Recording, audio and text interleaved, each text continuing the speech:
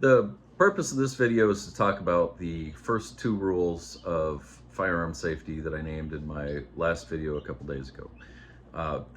The background here, very briefly, is there are four standard rules of gun safety.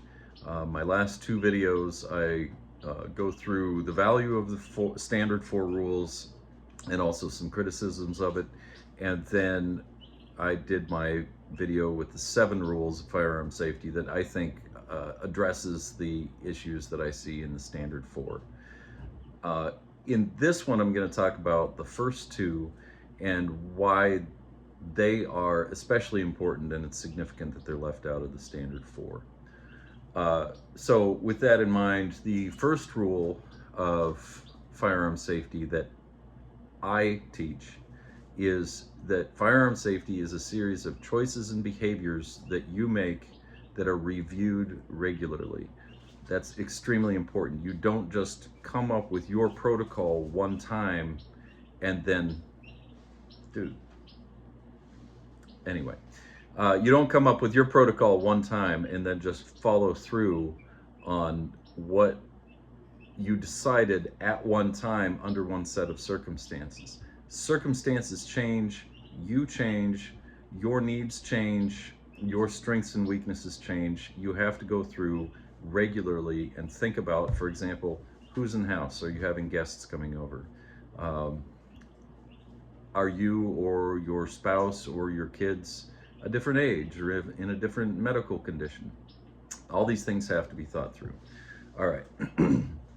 And then the second rule of firearm safety that I teach is that you should consider whether or not you're a person who should have a gun right now. I'm kind of flabbergasted that we have these 4 standard rules of firearm safety that don't encourage people to consider the possibility that maybe you shouldn't have a gun for the next week or the next year or maybe the rest of your life. We urgently need to normalize people thinking about the possibility that you should leave your guns with a friend, or give them to your sibling, or sell them. You can always go back to the store and buy another one if you need to. Having guns also might include the possibility that you put them in the bank for a while so that they're not in your house. We have to rethink these things. And here's why. In this country, the United States, we have a massive number of firearm deaths. And we gun owners, can reduce that number in ways that don't involve us losing our liberty to the government. We don't have to transfer that to the government. And in fact, the better job we do not only saves us and the people we love, but also makes it easier to defend the practice of owning and using firearms that we currently enjoy like no other country in the world. We have to monitor ourselves and do our own efforts to make this system work. Why do the work of defending a bad situation when instead we can do the much easier work of defending a pretty good situation? People use guns in harmful ways, occasionally because they've thought it through very carefully and decided to go ahead and do something. But most of those situations are cases in which people had a whim, they got up in a rage and ran off and did something that they would not have chosen to do while they're doing the best thinking. And the way I know this is that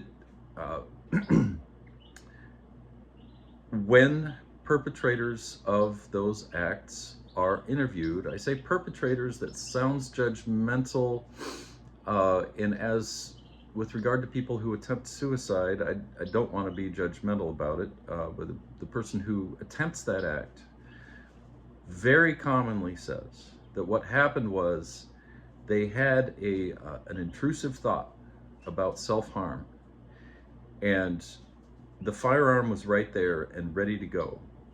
And so in that few seconds, when they had the intrusive thought of self-harm and the, the tool to do it with was right there, they just immediately rolled through and attempted the thing. And based on that, I think we can reasonably infer that a lot of people who aren't around to give that post-incident interview uh, went through the same thing. And what we're finding is that people who do mass shootings, the family annihilators, are giving the same explanation, that they had a moment, an intrusive thought in which they're super angry and suddenly they decide that they want to do something dramatic to address the situation, and they shoot someone that's close to them, someone they normally care about, and they decide to do this act. And once they're in that deep, then they roll on to do a series of other acts that, again, during their best thinking, they would have chosen not to do. There's probably no way to prevent the onslaught of government interventions that are constantly assaulting the right to own guns. That pressure is probably always going to be there. What I'm saying to you is that one way we can push back on that, frankly, is to do better. And that's where these first two rules come in. Number one, reviewing your gun safety situation on a regular basis. You decided at some point that you were going to own a gun. Fine, you made that decision. You don't have to make that same decision today. You don't have to make the same decision next week. It is okay to decide for yourself that, for example, you notice you're always in a rage lately. Hey, you're in a rage all the time. Let's put the guns over at somebody else's house. I'm mad all the time.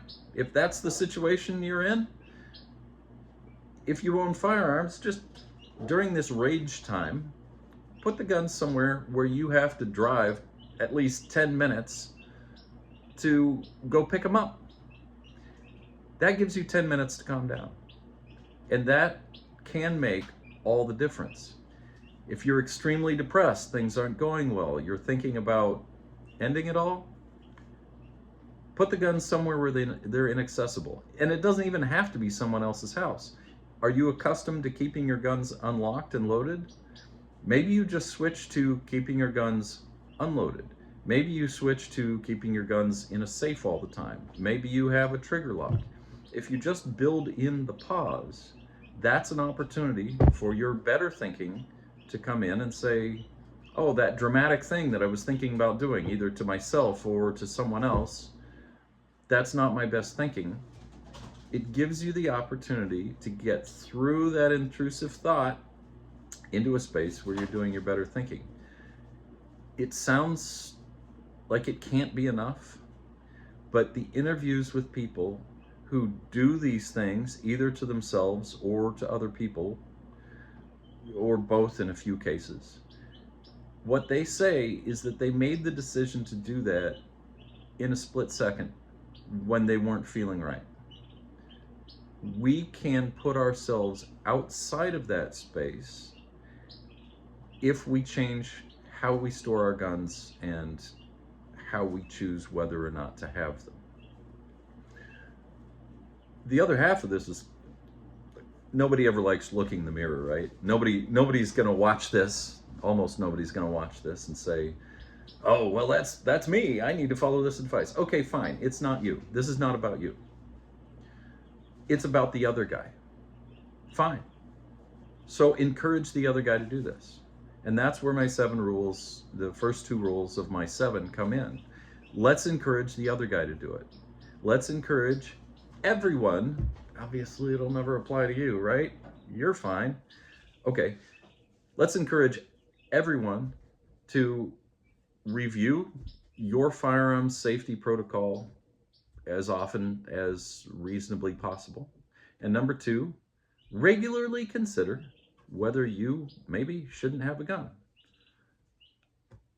I'm going to say I look in the mirror, and I do this regularly, and I think about it, and I have a variety of plans for how to more safely store my guns and where I could send them if I reached a point where I felt like my mental health wasn't such that I should be around them. I think that we should all encourage all gun owners to do that mental exercise.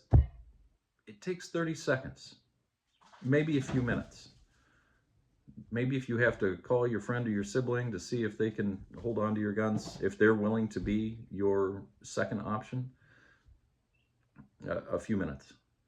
This is not a difficult or expensive thing to do in terms of time or money. Um, the most expensive option would be if you don't already own a safe, maybe you buy a safe, maybe you buy some equipment, but honestly, if you own guns, you should probably own a safe.